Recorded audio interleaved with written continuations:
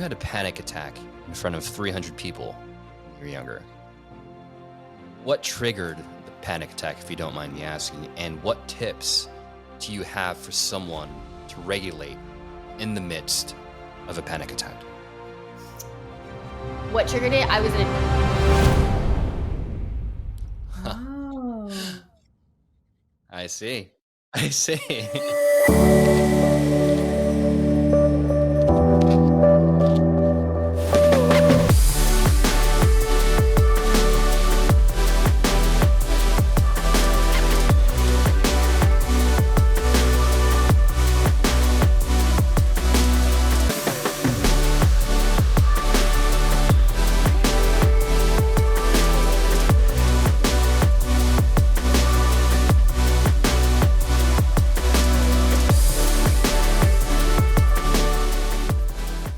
Welcome to another episode of Awaken Now What? I'm your host, JR. And I'm your co-host, Helen. Awaken Now What is a podcast that illuminates your spiritual awakening and ascension. So today's guest is the founder of That Healing Feeling, a company, a podcast, and a YouTube channel. She's a master mindset coach who helps women heal chronic symptoms through nervous system regulation, inspired by her own experience going from bedridden because of chronic disease to thriving in just 9 months. Everybody welcome Faith Ashenden. Hey, Faith. Hey, Wow, that was such a nice intro. Thank you. Yeah, thanks so much for having me here. Oh my God, we're so excited to have you here. So, Faith, I listened to your latest podcast, and it was such a journey for you to find your purpose as an NLP practitioner, hypnotherapist, and nervous system coach. What's been your greatest joy knowing that you are living your life's mission? It's hard to explain the happiness and joy and abundance that is being able to help people heal and help people find happiness. I think and I'm sure you know this, at the very highest level of the mind, living in your purpose and rooting your identity in that, we know brings the most amount of joy and most amount of happiness. And it doesn't matter what your purpose is. It could be to get up every day and show up on time to your job, and that's your purpose, and you're so happy with that, and that's amazing, and that's so fulfilling. And for me, this is absolutely my purpose. And sometimes I'm I can't believe it's possible to feel so much joy all the time, energetically, just every day is an up leveling. And I'm so incredibly grateful. Life is really, really rich in every way. You talked about the traumas and abuse from organized religion when you were younger. What inspired you to find your own meaning to spirituality? That is a good question. It's really difficult. It's funny because it's actually not something I'd ever talked about until the podcast where I shared my story.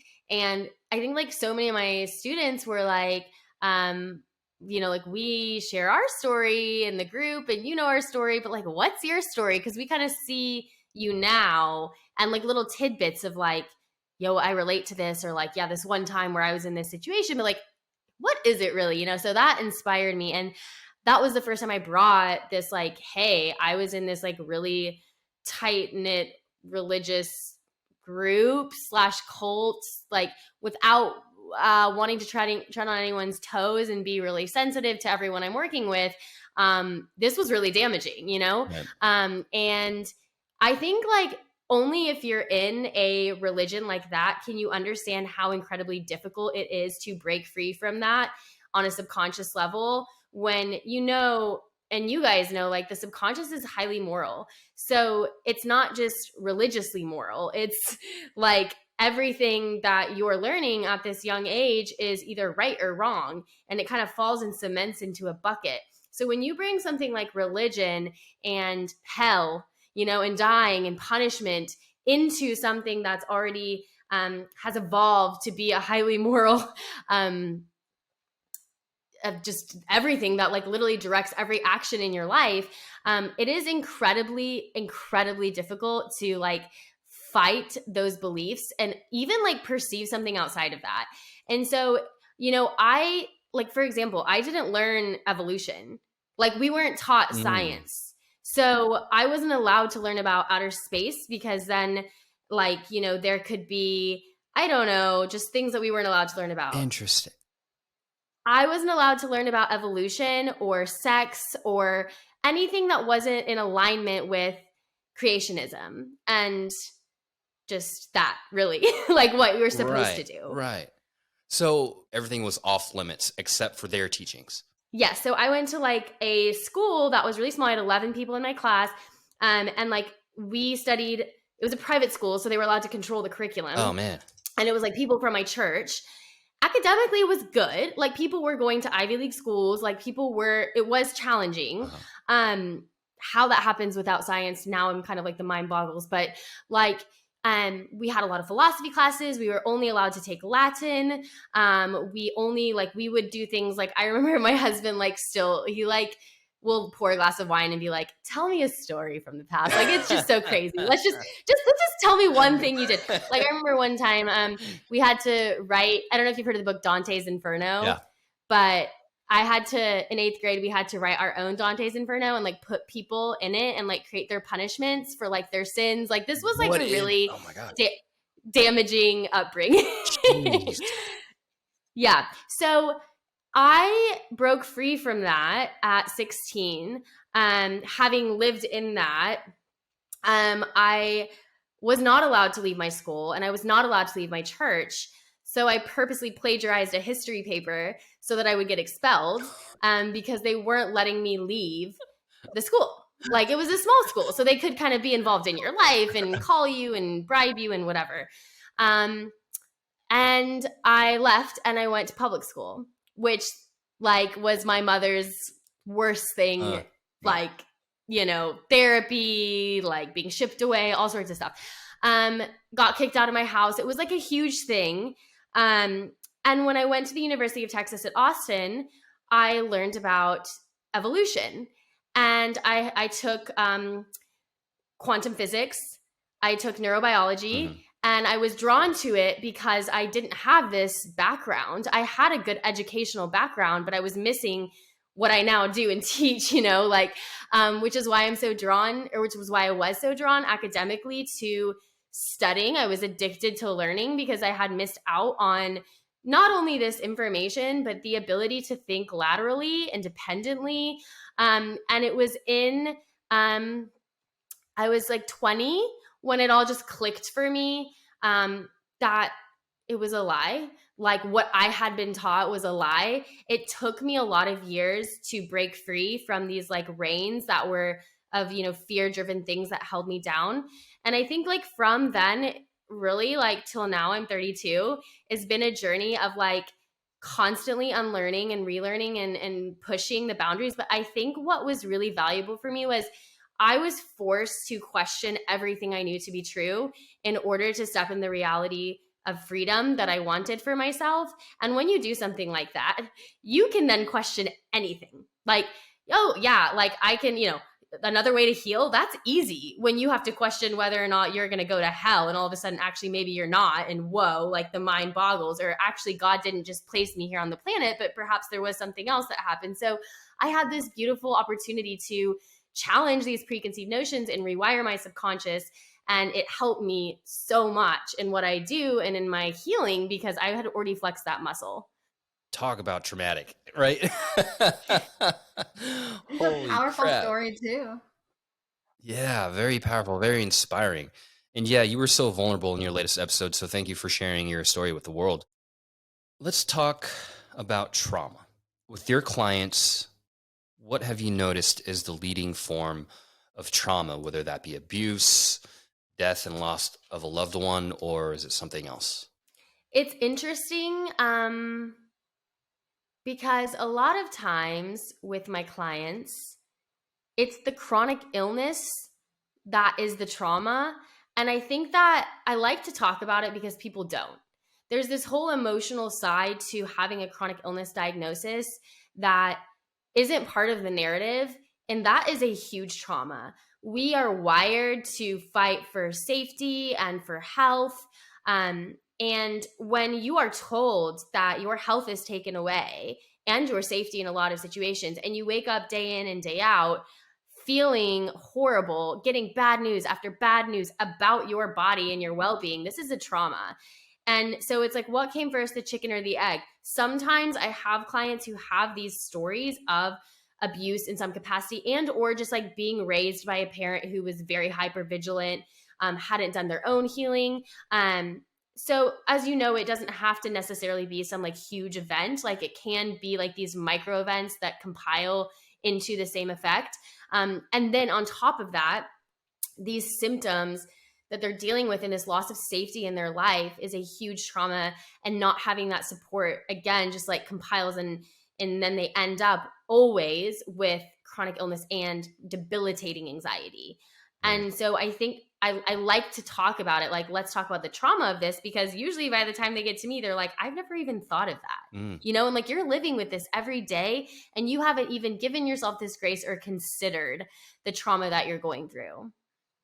As a pharmacist, I can definitely say that I know the, what would it be called? Compartmentalization of the emotional part. You know, even thinking about my schooling as a pharmacist, sure, you're taught like how to be empathetic and to listen to the patients, but not to the degree that now as a coach and energetic healer that I know is necessary.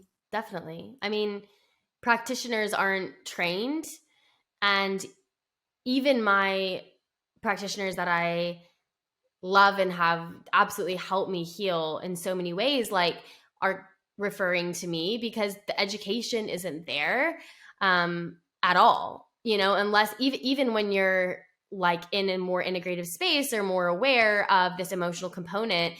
God, we are so like behind on this kind of support. And I'm just glad that people are talking about it now, and that Instagram and TikTok and all of this information is out there so people can heal, because you can't heal without it. And it's why so many people are sick.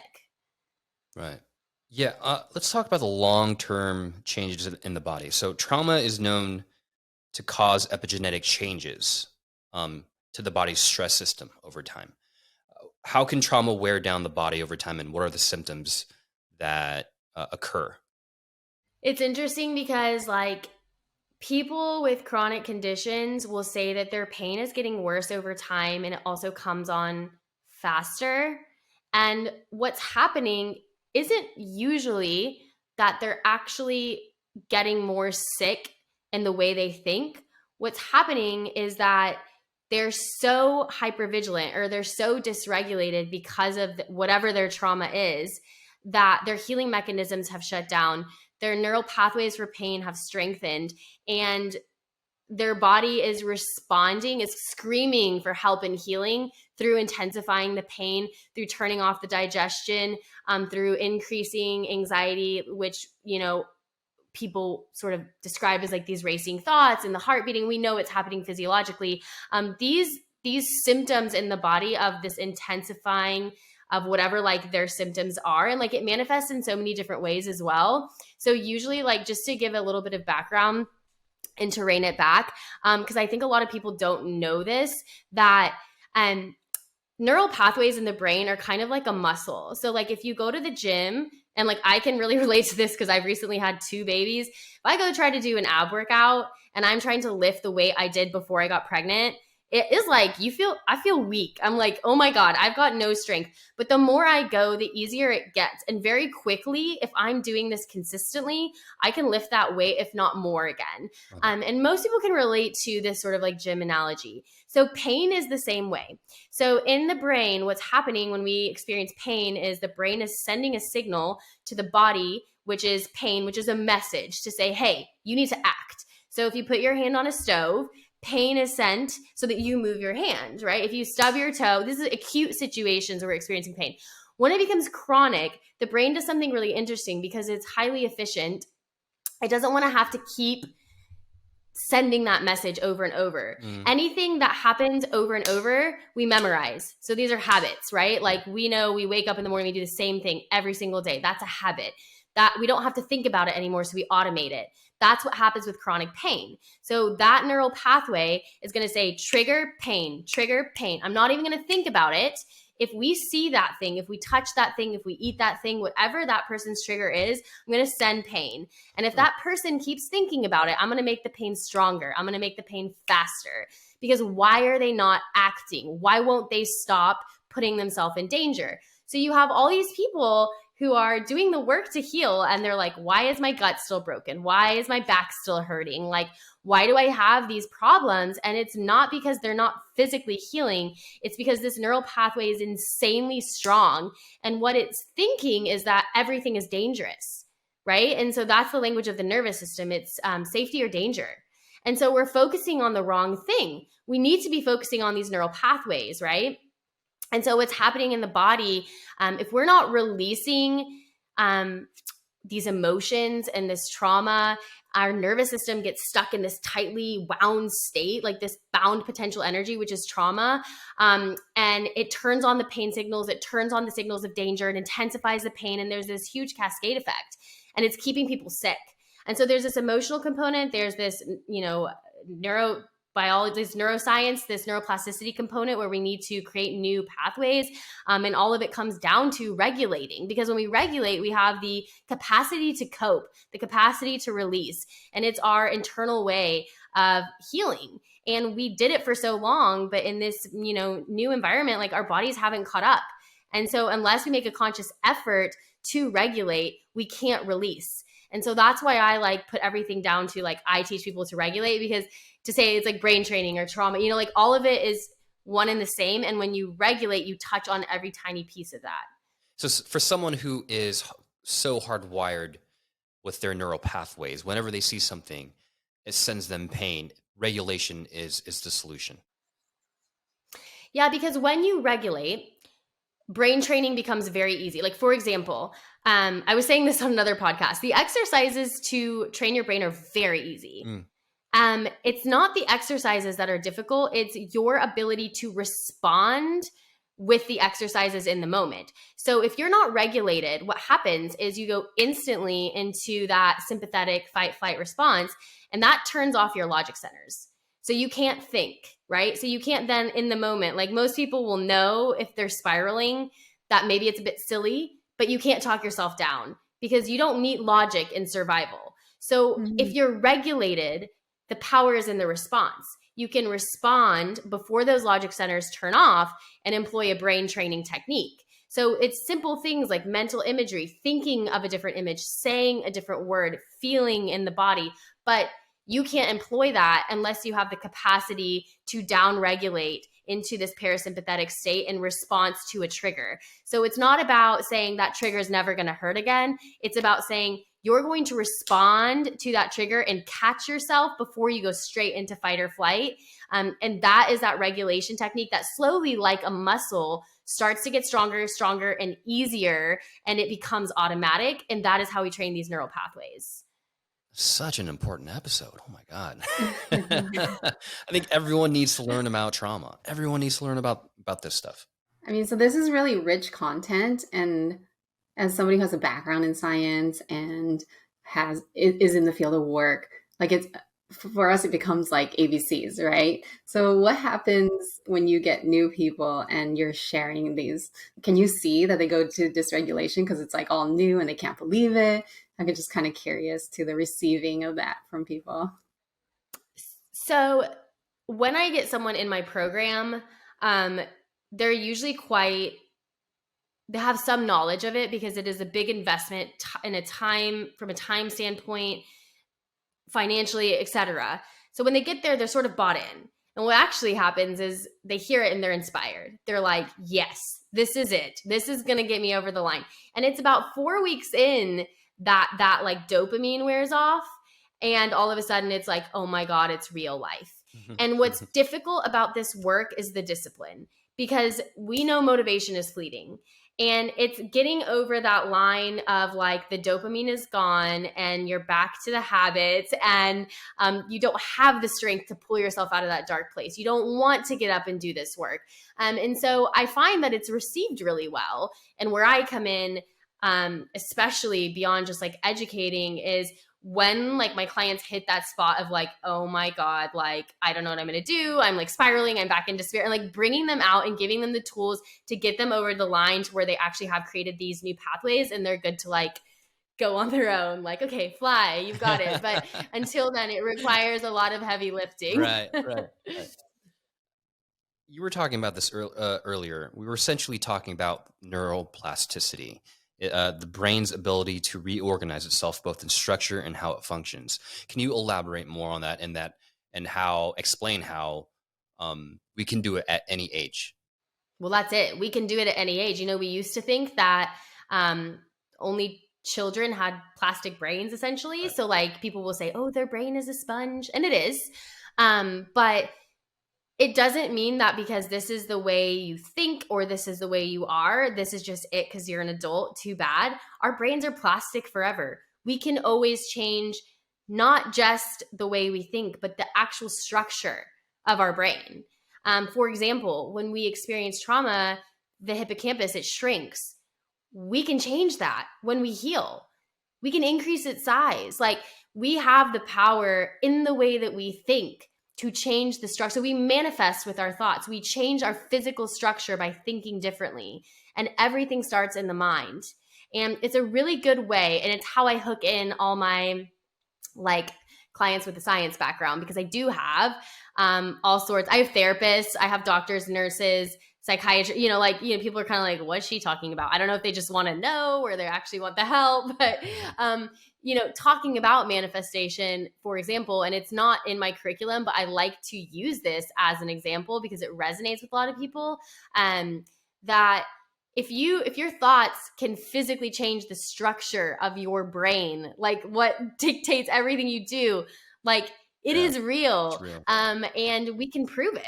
And it's not just the structure of our brain. Of course, we can go into how it sends chemical messengers that influence every cell in our body. I mean, like our thoughts manifest physically, but it being plastic means that we can change at any time, at any point, even on a subconscious level. We can change the way our nervous system reacts. We can communicate to our nervous system by changing our brains and literally heal our bodies. Like all of the power is within. And we now know that to be true. So it's very exciting. Yeah, this is all data-backed, science-backed, and researched. This is all hard data for all the hardcore science people out there, that your thoughts control your reality, and this is proven. It's proven. What are the tried and true methods to help someone reprogram and build these new neural connections in their brain? So I think the most important thing to understand, and I really can't emphasize this enough, the exercises are easy. The hard part is the identity shift. So if you identify as sick, and most people with chronic illness do, obviously, like completely normal human response, you've been told you're sick by highly educated professionals, you're waking up every day collecting evidence that you're sick, that's your identity. Mm-hmm. You cannot heal in opposition to your identity. It's physically impossible because the subconscious is highly moral. We talked about this. If it believes that your identity is sick, it will look for evidence because the mind is evidence collecting. All it does is collect evidence, right? It will look for evidence in every scenario to prove to you that you are sick. It's highly efficient. It's like a machine. It's going to find evidence for what you want your identity to be. That's it. So even if like there was an opportunity to find healing in your day, the brain would actually delete that information. So the brain can't take in 2 million bits of information every second, which is approximately what we're hit with. So what it does, being the effective, efficient machine that it is it deletes, distorts, and generalizes anything that's not in alignment with your identity. So if you identify as a sick person, it will literally delete anything that's not in alignment in your day-to-day life with that identity. So the hardest part about regulating, and just to keep in mind, the nervous system language, like we said, is either safety or danger. So if you identify as sick, you are sending the message on a subconscious and unconscious level that you are consistently in danger, keeping your nervous system stuck in a place where it cannot heal. So in order to have, to use these techniques and be effective, you must switch your identity to someone who's either healthy or healing. I don't really care. Like, to be honest, it doesn't even matter. because what we think isn't even real. We create our reality. So just, you can make up whatever you want it to be, right? Like as long as it's in alignment with the future that you want. So if you're coming to me, your future is to be healthy, right? So you either have to identify as healing or healthy or something else that resonates with that. That's the hardest part, because when you do that, then your brain will delete, distort, and generalize anything that's not in alignment with healing or that's not in alignment with healthy. And all of a sudden, you're sending messages of safety. And when you send those messages of safety, these very simple techniques that I teach are highly effective. So a lot of people have tried brain training and they're like, why does it not work for me? And I'm like, because you cannot heal in opposition to your identity. So I think that's my biggest strength, is like, I really understand the levels of the mind and especially the subconscious and can help people shift easily, because we focus a lot on the identity. Like for 2 months, every day, this is like an identity program. Right. Essentially building and strengthening those new neural connections each and every day, making it a daily practice. Yes, exactly. Could you share a story of a client and their identity shift and what you saw? Oh my gosh. I've got so many inspiring clients. Like, I have one client who had really severe asthma. So she used to do weightlifting. And then she was in and out of the hospital. She had to give up everything. She had to leave her apartment, stay at home. She had developed a phobia of flying, understandably so, because she was constantly having asthma attacks that led her to the hospital. She couldn't leave her house without, inhaler and then prednisone and a series of other medications. Came in, she's actually done my program twice. Oh, wow. Not because it didn't work, but because she loved it. And I do have people who do that. They're like, I don't want it to be done. And she came in, and like everyone else I'm kind of like the last resort. People are like, okay, I'm just going to like try Western medicine and I'm going to try some Eastern medicine. It's like, okay, nothing's working. I guess there's something in this like whole nervous system thing. So fine. It's like, that's not the time they get to me. So she was like in that boat. It's been 10 years. She has like debilitating anxiety, can't get out of bed, can't do anything.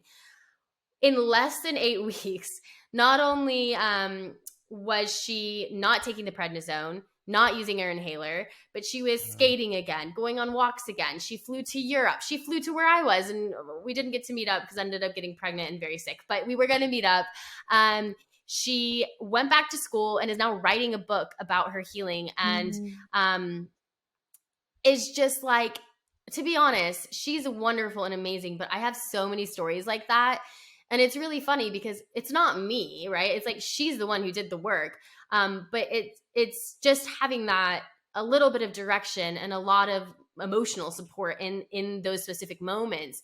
But it was such a drastic shift in identity. Like, she went from being this sick person to back at the gym, like flying around the world, writing, but like doing all these amazing things in less than 2 months, and had been sick for like 10 years, and I'm just seeing it all the time. And it's just is why I like feel this like constant like surge of excitement, because I'm like, I get to witness these like miracles, like as my job, it's just incredible. I want to talk about prolonged cortisol release as it pertains to pregnant women. So it's my understanding that cortisol can be absorbed through the placenta and then affect the child, affect the fetus, and then affect the child after birth. What's your research behind that, and what are your thoughts? It's a really difficult one because there's like I have a lot of women who follow me. Mm-hmm. So I tread lightly, because if they are pregnant, I don't want to make them more anxious if they're already, like, and saying, oh my God, like your baby's going to have these problems now. Because, you know what I mean? Like, if you're a mother, even if you haven't met your child, you definitely don't want that to be the case. Yeah. So you have to be really careful. But I think a really good lens to take on it, and what I tell my clients is, you can pass down trauma. You can pass down your vagal tone. Certainly you can pass down a lot, but you can also pass down healing. like the epigenetic changes that take place when you release trauma and regulate the nervous system and the strength in your vagal tone and all of that. And like that, you know, you detox better when you're regulated. And so we know toxins travel through the umbilical cord, all this stuff. You pass that down when you heal. So you can break the curse, you know, like you can be the one who heals once and for all so that your child, and I had a client who has Graves' disease. I had Graves' disease at one point, and she said, you know, I'm so worried. I joined this program because I'm so worried I'm going to pass that on to a child when I get pregnant. And it was so funny because I said, I'd never even thought of that. And I have 2 kids, you know, I consider myself as that something so in my past life. And I was like, you don't, because when you heal, you know, that's not going to be part of like the story anymore.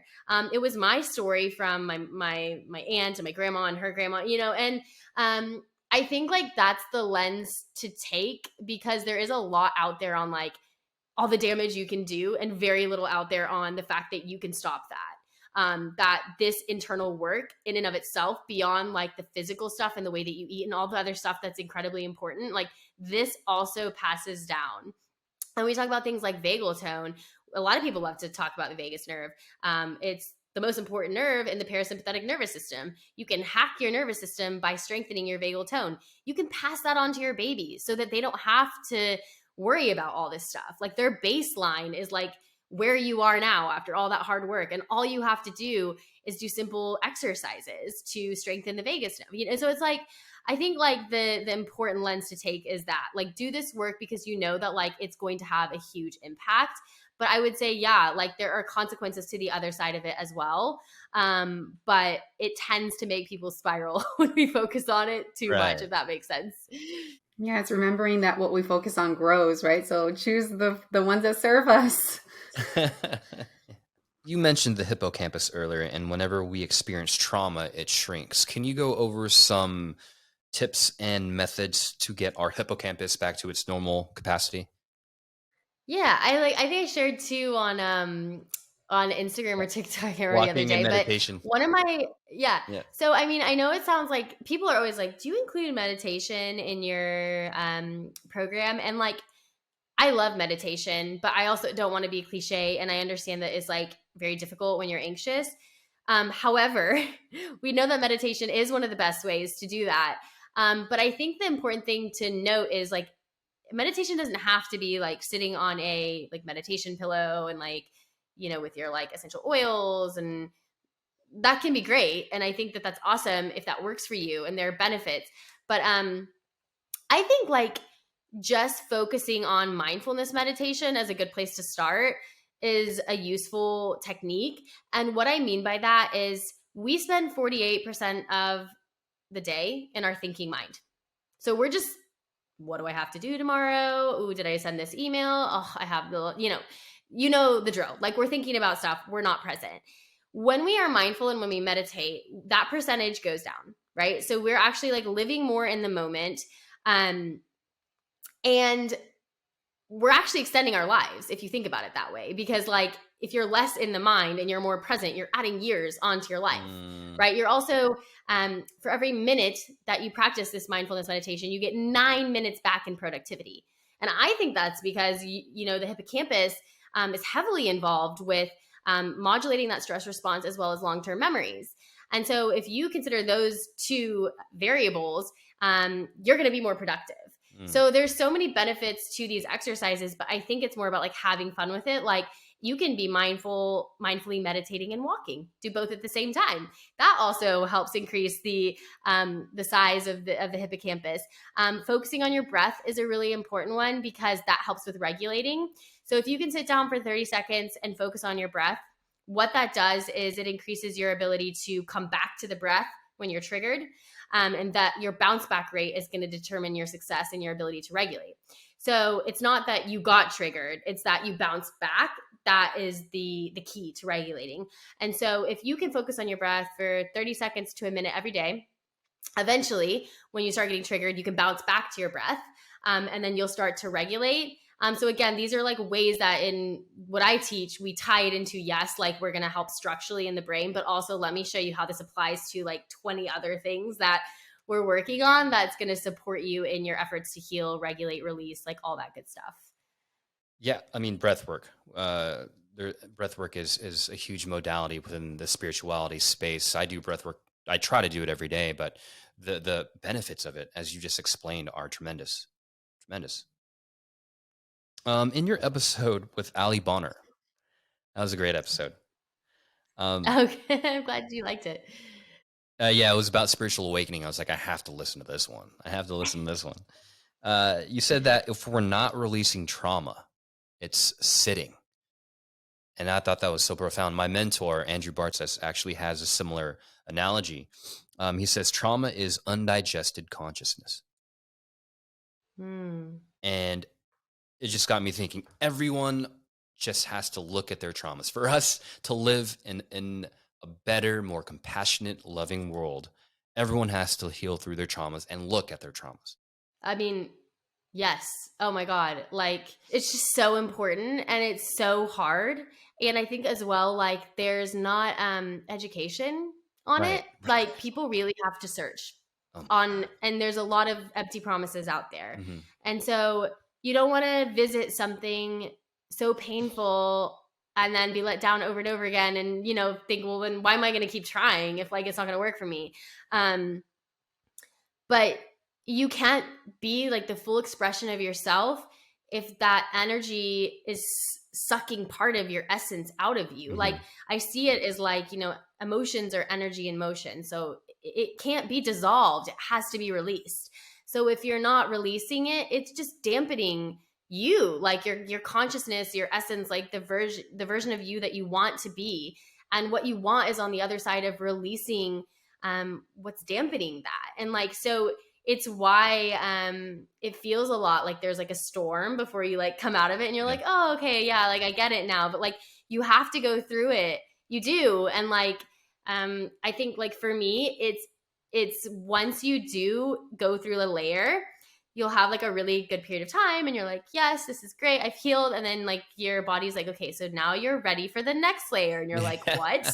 And like, and it just keeps happening and happening. And I think forever, like it is happening, right? Like as long as we live in this dimension, like we are storing energy, we're releasing energy. And like sometimes it gets stuck and then it needs to be released, or sometimes it's so deep and it's not safe to be released until you're ready. And then all of a sudden it's like life's going good. So then boom, there's the energy. And that happened to me recently.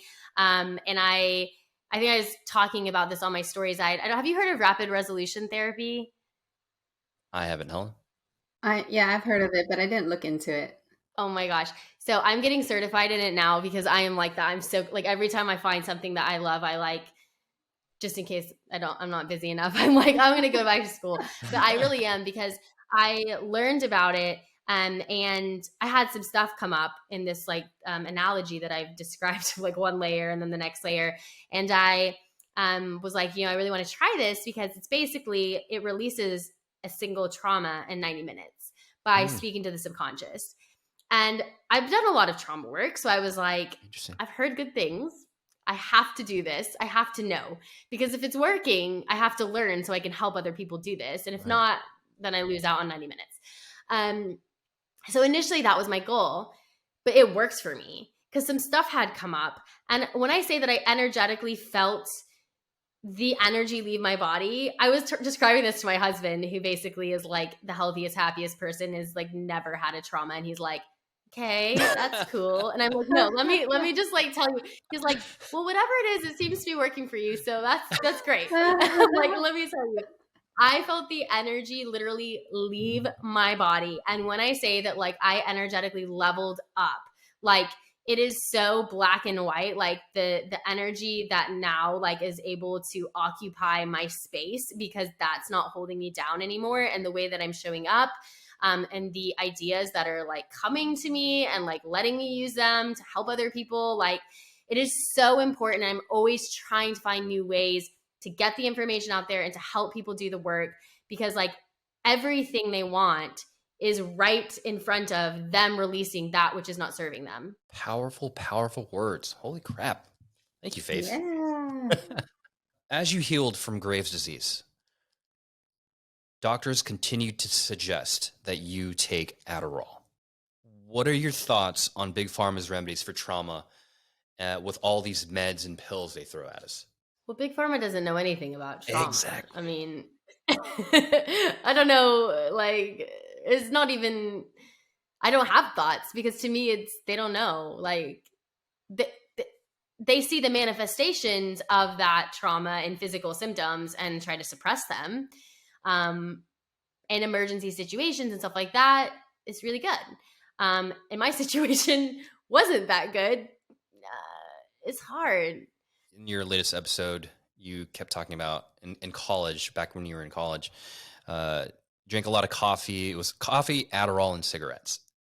Oh. And it kind of reminded me of my She's own, like, kind of reminded me of back in college. I'm like, I smoked so many cigarettes, I drank a lot of coffee, and I experimented with Adderall. So I thought that was funny.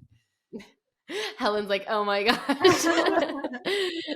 Yeah, not good for the nervous system. Yeah, my brain goes straight to the biology. I'm like, whoa, it's a lot of stuff to hear. Yeah, she's like, she's like, in your heart, is it okay? Or like, I noticed that somatic practices for moving stress out of the body involve a lot of movement, whether that's running, jumping. Can you go over some exercises for the listeners to move stress out of the body? Yeah, and I think like a lot of people don't, or might be like kind of confused by that, because it's not like maybe the common narrative that obviously we talked about like emotions or energy in motion, and they are, energy can't be created or destroyed. So it has to go somewhere, and it's stored in the body. And so, yes, a lot of people use talk therapy to release trauma. A lot of the reasons why it doesn't work is because we cannot intellectualize this. The feelings are the language of the body. We can't we all have them. We can't intellectualize them. These traumas, in the same way, need to be a lot of times released through this physical movement like you're talking about, versus intellectualized, right? Because when we talk about something, what happens is our nervous system thinks it's actually happening.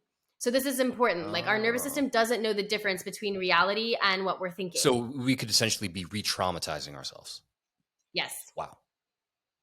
Not essentially. That's exactly what we're doing. And this is why it's very, it's, no, and of course, like trained practitioners know this and are highly, I'm sure, like very careful in the way that they support people. And I'm not saying it can't work, but what I'm saying is be careful what you think about, because your thoughts are your reality. Like your brain doesn't know. It just doesn't know that it's not real. So when you're spiraling, your brain's like, oh my God, this is happening, which is why a thought can trigger you, not it actually happening. We've all experienced that, because, and you can form neural pathways like just from thinking that something is dangerous. So, and the opposite is also true. Just a question. So when we watch like scary movies, we're recreating all of this.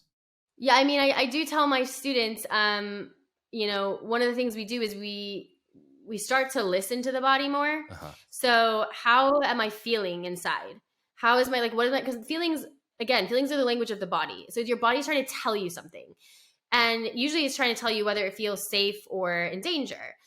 So we can feel, like a lot of us feel like if the stomach drops, like, oh, that's scary. Or like, I feel like I'm going to be sick. Like these are a lot of things that we say if something scares us or makes us anxious, the rush of adrenaline, whatever. So I would say to not engage in activities that don't make you feel good inside, unless you have to, right? Because I mean, of course, like sometimes we don't always like feel our best. But one of the things we do on day one of my program is this sort of digital detox. Like, how do you feel when you encounter this? We're not talking about food. We don't even talk about food. We're only talking about things we do internally. Everything is internal. So what are you going to detox that's not supporting the version of yourself you want to be? And usually beyond social media, not all social media, but like, Reddit, whatever it is, like certain movies, certain TV shows, I can't tell someone how it makes them feel. So that's why it's so important to get in tune with like how you feel. Cause maybe for you feel great and it like doesn't bother you. I don't know. Like for me, I can't watch scary movies. I don't like it. Helen can't either. Even violence, like it's like too much. Me neither. I don't like it. Wow. I know I strayed from your question, but I think I strayed in some capacity, but it's important to note. But yeah, so the reason why we do these somatic of the body moves is actually we're releasing that energy. So that's kind of like where that's coming from. So it's a way that you can release without reliving it. It's a gentle way to release energy without putting your nervous system through anything, by having to intellectualize it. So that's why somatics is really nice, because most people want a fast, easy way as much as they can to release what isn't serving them. They're really easy things. The biggest focus, I would say, is on the hips, because the hips is like the majority, a lot of our trauma is stored in the hip area. So I don't know, like if anyone's done sort of like hip opener exercises in yoga, but all of those are releases. So even if you were to like Google or YouTube, like hip opener, or hip release, anywhere where you're like opening your hips out and pushing them in. I did one on TikTok today where you're like laying down with your feet, like your knees bent, and you're literally like almost butterflying your knees out and in. And as your knees go in, they'll often shake. That shaking is releasing the energy. I'm going to try that. So simple things like that aren't talked about, that can be so helpful for people to do, you know, once a day. It takes 2 seconds. Jump squats? I don't actually even, I mean, maybe, yeah, I don't know. I hate jump squats. Yeah. I really don't like jump squats. So I haven't actually, I used to, but I'm kind of like in this like more chill movement phase right now after, I mean, my baby is 4.5 months old, but you know, I'm still like a bit postpartum. So I'm like, but yeah, maybe jump squats could be good. I'm sure they do. Awesome. Yeah, they're tough. They're tough, but sounds like a move that can move stress out of the body. Yeah. Yeah. I mean, any way you're shaking or moving in that way, you're moving stress out of the body. Like we all think of a dog who like shakes after they, you know, that's it. It's release. It's regulating. It's releasing. So like do a shake, do a jump. Like that's going to release that energy. People feel a bit silly doing it, but it works. We need more silliness anyway. We do. Yes, we do. You had a panic attack in front of 300 people when you were younger. What triggered the panic attack, if you don't mind me asking, and what tips do you have for someone to regulate in the midst of a panic attack? What triggered it? I was in a church. Oh. I see. The association was very strong in my brain. Like I hadn't done, you know, like I hadn't really fully healed, obviously. And that association of like religious place and danger was very strong enough to incite that type of panic, because of course my poor body was like, this is like really not a safe place. Like we associate this with learning that we're going to die in a fiery hell forever, which is something we don't want. So we need to leave. We are not safe. And that just kind of builds on itself. So that's what happened to me. And that's why it's really important to release, so that you aren't triggered. If you're easily triggered, you're not regulated, right? So when we release this and we become regulated, we can cope a lot better. This is how we learn to cope so that we don't have these problems. So it's like a preventative method. It's kind of like thinking of preventative health. Like you go to the gym, you eat healthy, you take your supplements, like you do your breath work, you do a meditation, like this preventative stuff so that you can prevent these health issues down the line. That's what releasing trauma also helps you with, and regulating helps you with. Like you're preventing any more trauma from happening because you'll have the skills to cope with these events, so that it won't be stored. But for someone who is working on that journey, a couple things. The first thing always for me is the breath. The breath is the strongest tool we have to help ourselves regulate. It is the part of the autonomic nervous system that we can control. Everything else runs on autopilot. So we're not controlling our heart beating right now. We've been talking, people have been listening. It's been beating. Like we've been, you know, it's just like digestion. I'm not instructing it consciously to happen or not happen. It's doing its own thing.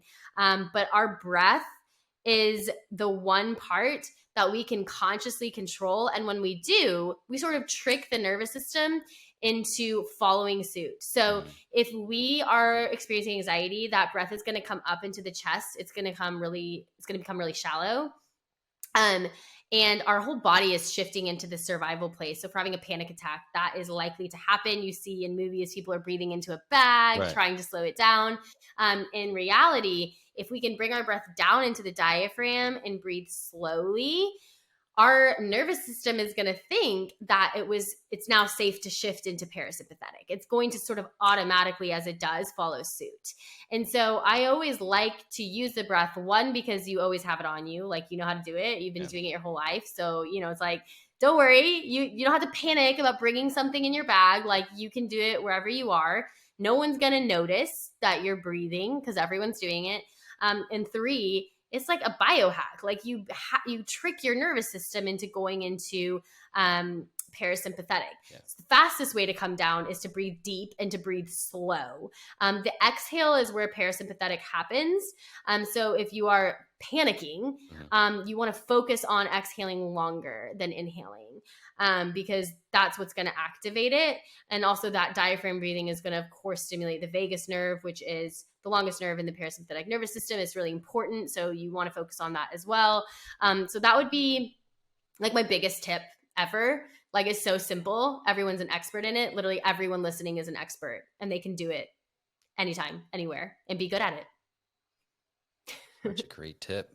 You trained firsthand in nervous system regulation throughout your life. You had to go through all of your trauma to be an authority and leader in your field. When looking back at all this trauma, all of your trauma, would you change anything? No. I just feel the energy behind that no. Like, all right. I don't know. Yeah, it's part of the human experience, isn't it? Like, I think people are scared to be human, but I think we chose to come down here to live on this beautiful planet. And part of being human is to experience that spectrum.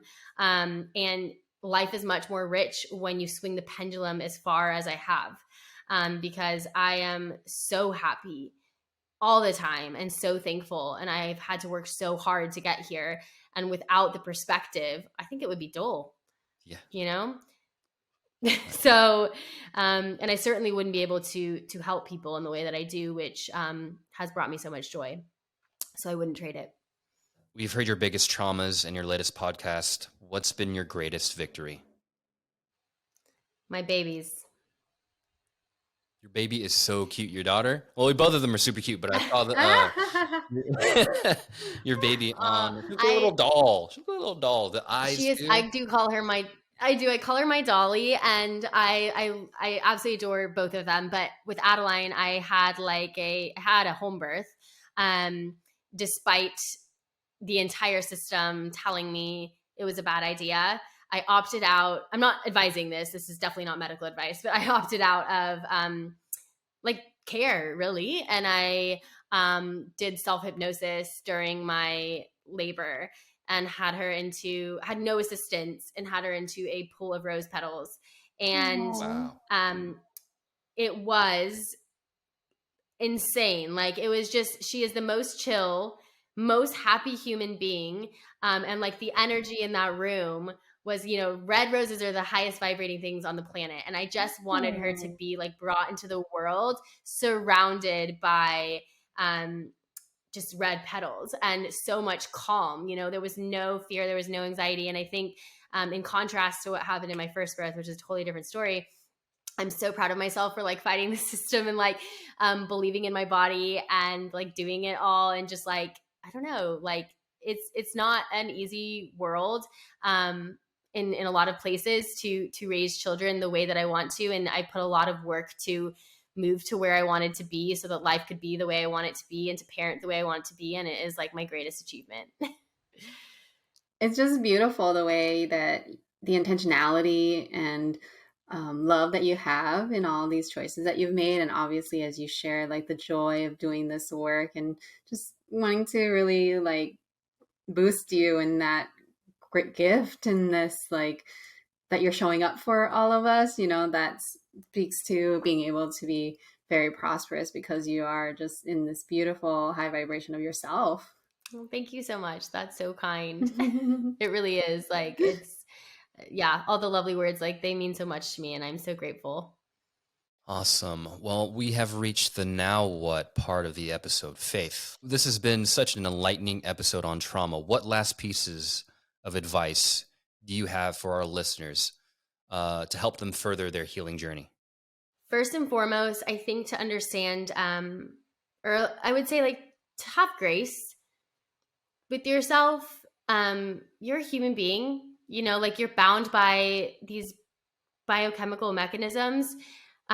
We are descendants of survivors who have survived because our brains think the worst case scenario, because we're constantly planning for the future. We remember the bad things so that we can prevent them from happening in the future. There are reasons why we think the way we do, why we store the way we do, and why we respond the way we do. And they're not a reflection on someone's resiliency or character in any way. It's purely just the way we are designed. And I think like that first step of understanding, like, it's not you. You're not just like an anxious person. You're not an unlikable person. You're not like a problem person. Like, you're just a person who's responding normally to an environment that is not designed to help you like move through happily. Like, you know, like your environment is unfortunately like way ahead of what we're biologically designed to withstand. And like, you're in a position where you just have to evolve. You have to evolve the mind, evolve the body, and step into this like next generation of like what we're doing on this planet right now, like this quantum leap. So like, have grace with yourself. Like, take a step back and like know that you are not your body, you are not your thoughts, like you are the observer of all these things. And it's okay. And like, just be kind to yourself. And then everything starts with self-love. So if you don't love yourself enough, you're never going to be successful. So having like the kind of compassion, grace, empathy, forgiveness, and love that you extend to other people for yourself is always going to be that first step to doing any of this work. Beautiful words from Faith Ashenden. Faith, it is time for this or that. Are you ready? I just don't know, but I'm going to try.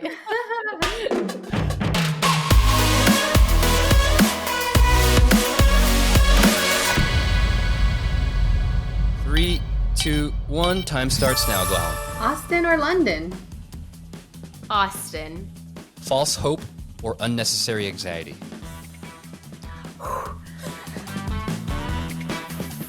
False hope. Dopamine or serotonin? Serotonin. Painful truth or comforting lie? It depends. It depends on who. But I'm going to go with painful truth for this conversation. All right. EFT or hypnosis? Hypnosis. Talking pets or talking babies? Ooh, talking babies. Massage or cold pressure? Massage. Fight or flight? Oh. Ooh. Time's up. It's like, this depends on the situation. Faith Ashenden, everyone. That's so fun. We're going to put that on YouTube Shorts, Instagram Reels, and TikTok. Faith. The last part of me not knowing what to answer. Faith, where can the listeners find you?